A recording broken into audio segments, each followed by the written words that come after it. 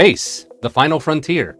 These are the voyages of the Starship Enterprise. If you're a Star Trek fan, you already have an answer to this question. But the real question is, are you right? We're talking about which Star Trek series is better. Today, we break down Star Trek, the original series, versus Star Trek, the Next Generation. And by the end of this, you might change your mind and boldly go where you didn't think you would. Now, before we go any further, there's a reason I chose these two series. I could already hear all of you in an uproar in the comments section. Because when it comes to Star Trek, it all started with one man. You know him, I know him. Gene Roddenberry. He created the original series and was directly involved in the Next Generation. So, this isn't just a comparison between two shows. This is the comparison of the same vision told in two different eras. Let's get into it. Kirk leads with instinct. He's decisive, aggressive, and will ignore the Prime Directive when needed. We've all seen a fair share of that. Picard, on the other hand, he leads with thought, diplomacy first, and action when there's no other choice. Kirk feels like the man in the moment, reacting, adapting, surviving. Picard, he feels like he's already 10 steps ahead, already calculating outcomes before they even happen. Kirk, he inspires through action. You follow him because he is ready to go first. Picard inspires through authority. You follow him because you trust his judgment. One leads with instinct, the other leads with intellect. And depending on what you value, you already made up your mind. Do you follow Kirk or will you follow Picard? Let's go ahead. Warp Factor 1. Engage. Regardless of which captain you choose, let's not forget, they're only as strong as the crew around them. In the original series, every crew member serves a clear purpose. Uhura keeps the Enterprise connected, calm, precise, the voice of all the communication. Scotty, he holds the ship together as best as he can. This engineer makes the impossible possible. Tulu, he navigates all the great unknown, steady, skilled, and always in control.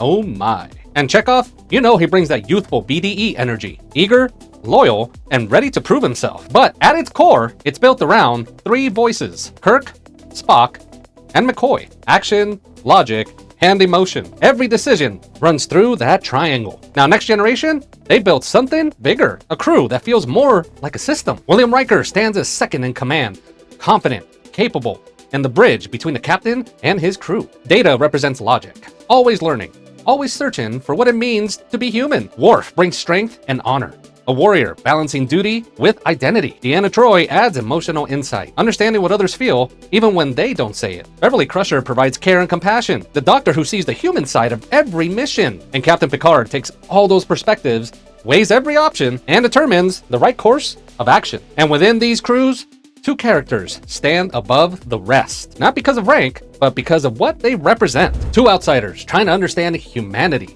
from completely different directions. Spock is half human, half Vulcan, constantly balancing logic with emotion. He has feelings, but chooses to suppress them because to him, logic is control. Data is the opposite. He has no emotions, but spends his existence trying to understand it, trying to feel what everyone else takes for granted. Spock struggles to control what he feels.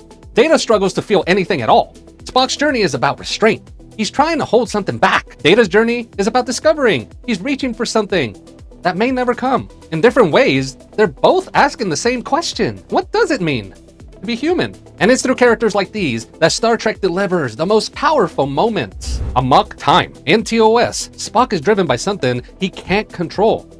Unfar. A biological need that forces him to return home or die. And what follows isn't just a ritual. It's a fight to the death.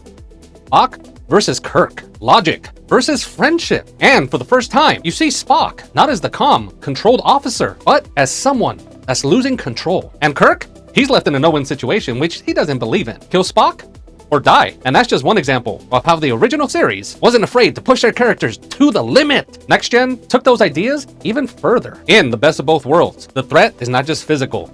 It's the Borg, a force that doesn't just defeat you, it erases you. And when they take Picard, they don't just capture him, they assimilate him. Captain Picard becomes Locutus of Borg, a man who once led with reason, now speaking for the enemy. And for the first time, the Enterprise isn't just facing a threat, they are facing their captain. Resistance is futile. It's not just about survival anymore, it's about identity. And what's left when a man you trust is no longer in control? TOS laid the foundation. Next Gen expanded on the vision. So, which one is better? For me, it's the original series, because at the end of the day, it all comes down to the characters. There's no character more iconic than Spock. And growing up, I remember watching reruns right before bedtime. Those characters, those stories, they just stuck with me. So for me, TOS isn't just better, it's personal. And that's why the original series still stands the test of time. I'm Joey Cruz, and that's a wrap.